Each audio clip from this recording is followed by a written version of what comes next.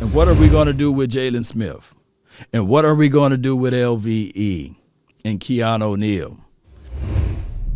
All right, so let's get right to it. The Dallas Cowboys with the 12th pick, because they traded back for that, went and got Micah Parsons. Now, a lot of people are angry and upset at it, and they have every right to be. Nevertheless, you got to look at the draft as a complete picture, not just an individual picture as relates to the first-round draft pick. Now, the Dallas Cowboys went with Micah Parsons, who some have as the best linebacker out of this particular draft. Now, Zaven Collins, he's nobody to sneeze at. Of course, J.O.K., he's no one to sneeze at. And, of course, there's other linebackers, Jamin Davis and beyond, that one can argue that could have been a better selection if you wait.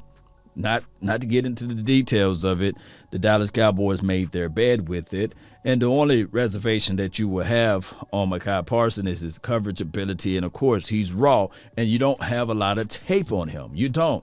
And I know a lot of people will look at it and say, well, hey, the Cowboys made their bed with this, and now we just have to lay in it and see what can happen down the line. Now, this is how we can look into this particular situation. Parsons versus such and such. I believe in the hearts of hearts, the reason why majority of the people are angry and very much so upset, because of this one thing right here. You traded with the enemy. Yes, day 2, you got another extra pick. You got one, which is cool. But you traded with the enemy, the Eagles.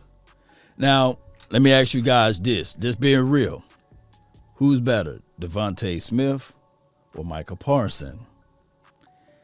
If you are going with the philosophy of best player available, then 9 times out of 10, regardless of the position and the skill set, you got to go with the BPA, the best player available. Who's better, Slater or Parsons? You got to ask yourself that. Now, I do know that Slater and Devontae Smith both are on the offensive side of the ball, where we had issues, where we had faults, where we had troubles at on the defensive side of the ball. But one can argue, just as much as that defense been a detriment to this team, one can argue that front 5 is the same way. And I'm talking about, when I say front 5, I'm talking about the offensive line. So day 2, today, the Dallas Cowboys must focus on solidifying that front 5. They got to do their research and bring in somebody. Now, who's available? That's a tough billing to go through. Nevertheless, we got picks. We got the 44th pick in the 2nd round. In the 3rd round, we have the 75th pick, the 84th pick, and the 99th pick. I would tell you guys this right here, and just being real, I gotta be real with you all, right? The Dallas Cowboys must figure out a way to wheel and deal. They must figure this thing out, because if they do decide to lay in and say, well, we'll wait to the 3rd round, I believe the best way and the most possible way to get that guy, that shoe-in guy, is not let this 2nd round go all the way untouched. You jump back into this 2nd round. You use some of these picks. Do not wait to the 75th pick. Do not wait to the 84th pick. If you know for sure that this person can make an impact to your team, you got to package up something, because you cannot go into the 2021 season or with the 2022 season thinking that these guys, all 10 of them, will make the major impact. It's hard. I'm telling you guys, it's hard to depend on rookies to win you the Super Bowl. It's hard to depend on rookies to win you playoff games. Now, you do build through the draft. Don't get it twisted.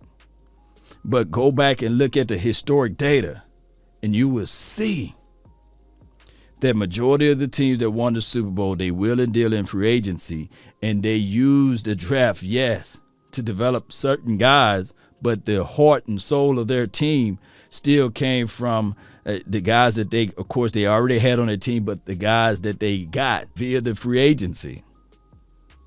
We don't dance in the free agency. We don't take that risk. So if you are relying on the draft to make it happen for you, then there will be another growing pain of going through the cycles of a rookie trying to learn his way. So that's all I'm saying. Now, we have all of the purchasing power now to move up to make sure that we get a dynamic player that can make an impact. Now, this team really need help from the interior. We do on the front four, on the defensive side of the ball. We still have questionings with our secondary. Now, this will open up opportunities if the Dallas Cowboys do not grab the guy that they want, if they don't package up some of these things and move up to grab the cornerback that they really want, then maybe they take a swing in the second wave of the free agency.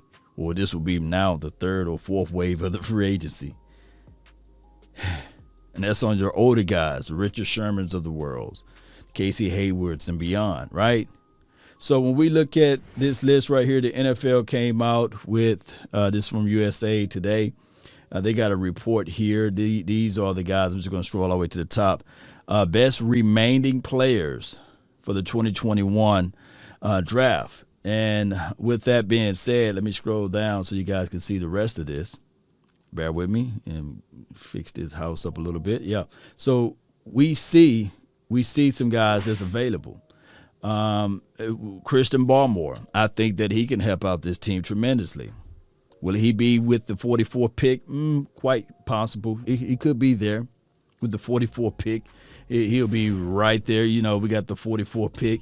And could it be a situation where we take a look at Moorridge, the safety? When will we start to look into it? Like what Darren Woodson said, you got to start investing in your safety a little bit earlier. You can't wait to the fourth round. So, and then JOK, of course, he's a hybrid guy, but could that be a situation? Both of these guys are versatile, but JOK, he's a hybrid defender. Yeah, and so it's going to be a situation where what the Cowboys would do in that type of situation. Terrence Marshall, I don't think that they'll go with that aspect of it. Elijah Moore, I don't think they go down that road as well.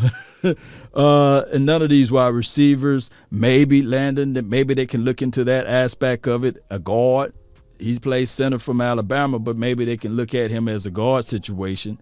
Tevin Jenkins, I think that he's a mauler, nastiness.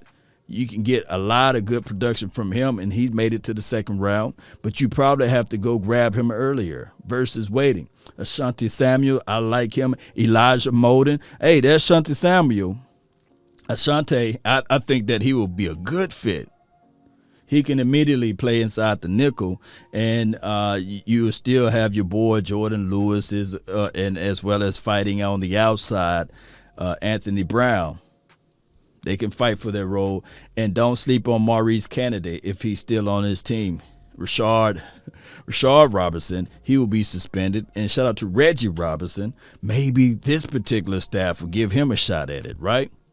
And that tight end from Penn State, maybe, just maybe, but I don't think that they're in the sweepstakes of going out there grabbing a tight end. And then you got Sam, who is, I would say, a good prospect for the Dallas Cowboys as well. So you got Creed Humphrey, you got Richie Grant. Who do you guys would like to go out there and grab? Carlos Basham, we got his cousin already on his team. That'll work out. Levi. You know, that's a good situation. Ronnie Perkins, that's no one to sneeze at. So there are some quality guys as it relates to the defensive side of the coin. Cowboys got to spend this thing wisely. I'm not saying that Micah Parsons was a trash of a pick. I'm not saying that he can't play at all. Remember, it really takes after the draft to see what type of pitcher you got, and then it takes 3 years before you get a true grade or a good feel of this particular draft or any draft in general. 3 years.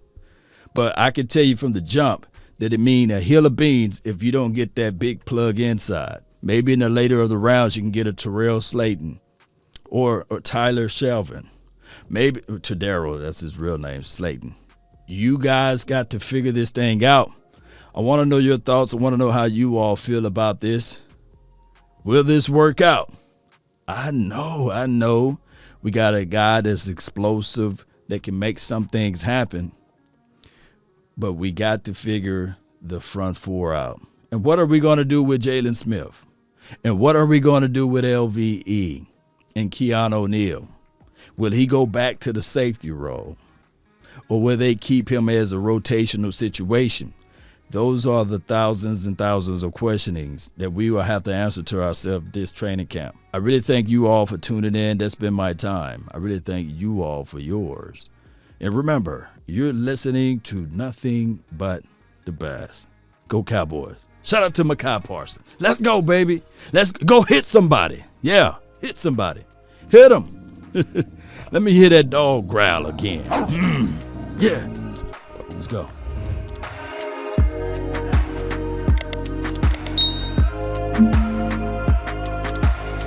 Impact.